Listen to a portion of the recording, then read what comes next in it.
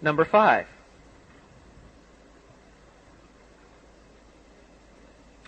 This is one of 2 genre questions. I will be saying more about genre tomorrow, the interpretations of different forms of literature.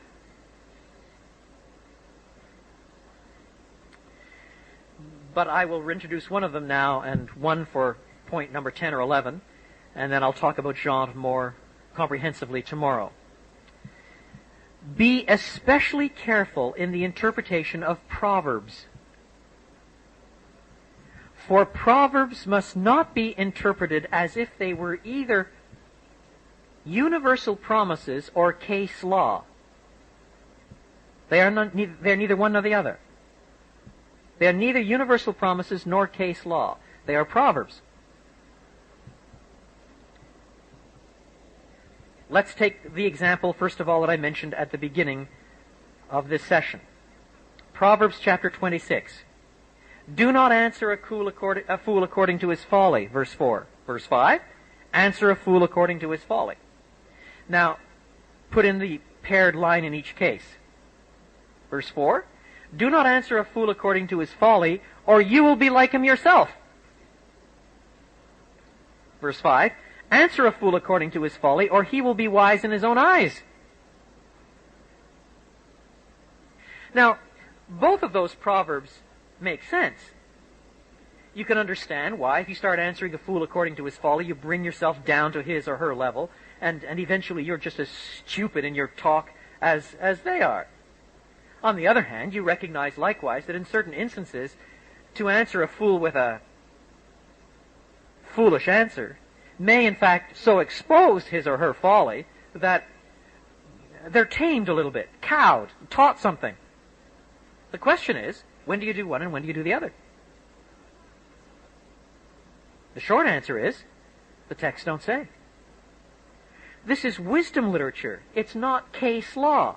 It's not saying, in the following circumstances, with the following characteristics, 13 subpoints complete with footnotes, then you follow this proverb.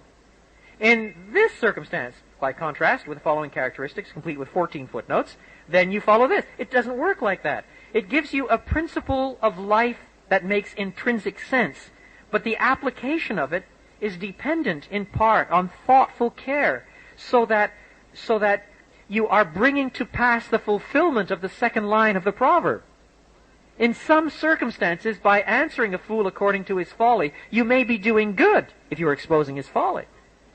In other cases, you're just doing bad, and you're going to have to sort out which it is as you go into the situation. Think about it. I have a friend called Perry Downs, who is, he teaches on the same faculty as I do, but he's extremely good with young people, high school, into first-year university, that sort of thing, junior colleges and the like. And although he teaches with us every once in a while, he teaches at a junior college, a non-Christian junior college, not far from where we live. It's like the first couple of years of a university course in a smaller, easier environment, I suppose. And many of the students who go there are not the top stream or the like. And they run a course on philosophy of religion and so on, and every once in a while they bring in local ministers to talk about what they understand the Christian faith to be. And on one occasion, 2 or 3 years ago, he was invited in. He happened to be a Baptist. Also, there was an Episcopalian of fairly liberal leanings, and a Roman Catholic who had just got his doctorate and was quite proud of it. And these three were trying to impress these first-year undergraduates with Christianity.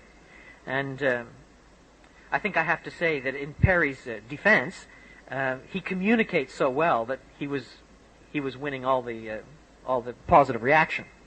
But after he had finished trying to lay out what I would have called a basic, elementary, biblical survey of Christianity, and the others had all finished their bits as well in this 2.5-hour session, there was a young woman, 18 years old, not overly endowed with brains, I would have thought, much enamored with gum chewing, who raised her hand to ask Perry a question. Yeah, but what about all the Hindus? And Perry, quick as a flash, only Perry could get away with this, is, I hadn't thought about that. I'll have to start over. Now, that was exactly the right answer.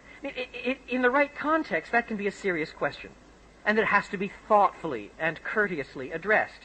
In the right context, on the other hand, you have to really say, come on, give me a break. It's not as if Christians have never thought about this in the whole 2,000 years of the church. You can't throw up something as if you sort of destroyed the whole system by something that is elementary on any reading. And once the class laughter had died down, then he backed off and gave her some room and said, now, in all fairness, there's some real importance to your question, and we have to begin to think about it along these lines. And he started laying out a series of structures of thought and so on that I would like to think helped. But on the other hand, to puncture some of the intrinsic arrogance in a situation like that may be not unwise. If you have the kind of personality that can get away with it, as he does. And within that framework, then, he followed the second proverb. Answer a fool according to his folly, lest he be wise in his own eyes, you see. And so this involves, therefore, some thought and care to get these things right. Let me take another example from the parables of Jesus, from the Proverbs of Jesus. Matthew chapter 12. Matthew chapter 12 and verse 30. This is a well-known passage. Jesus says, "He who is not with me is against me, and he who does not gather with me scatters. He who is not with me is against me, and he who does not gather with me scatters." Keep that text in mind.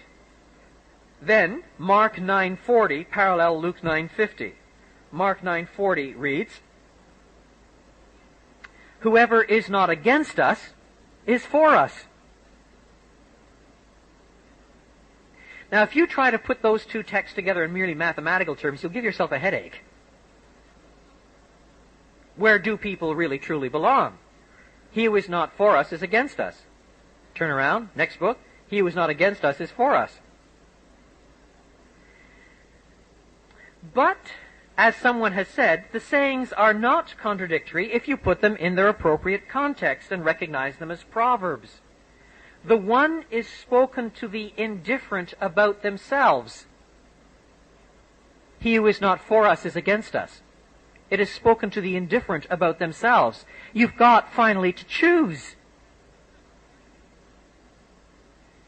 And the other is spoken to disciples about other workers.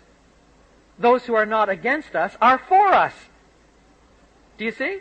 So that although at the level of mere proverbial utterance you seem to have a clash, you drop them into their proper contexts, and far from having a clash, you've got a wise, pithy saying that requires thought and reflection and so forth.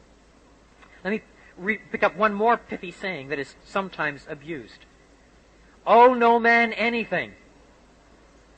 That one regularly comes up at church business meetings where you're talking about a building addition that's going to cost £500,000. What do you do with it? Owe no man anything. Well, in the context, of course, in the book of Romans, it is not talking about systems of finances at all. My father used to say, bless his heart, a text without a context becomes a pretext for a proof text.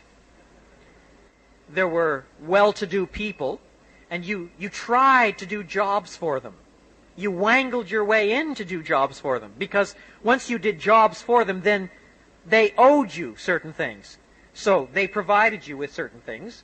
Once they had provided you with certain things, on the other hand, you owe them a certain allegiance too. So you get this kind of reciprocal relationship of benefactors and benefactees. That's very common in the ancient world. And in part, the church was breaking that down. You find traces of that in Paul and the Luke Acts and elsewhere, because the benefaction system can become exceedingly corrupt very quickly. What Paul says in this passage is, don't owe anybody anything, except to love one another. That you always owe. That you always owe. Now, in one sense, that is the most sweeping debt, if you like, of all. But it is not talking in the fiscal arena. It is not prohibiting any kind of fiscal arrangement. It is talking about escaping from the benefaction system and having a proper view of human beings in the light of the gospel.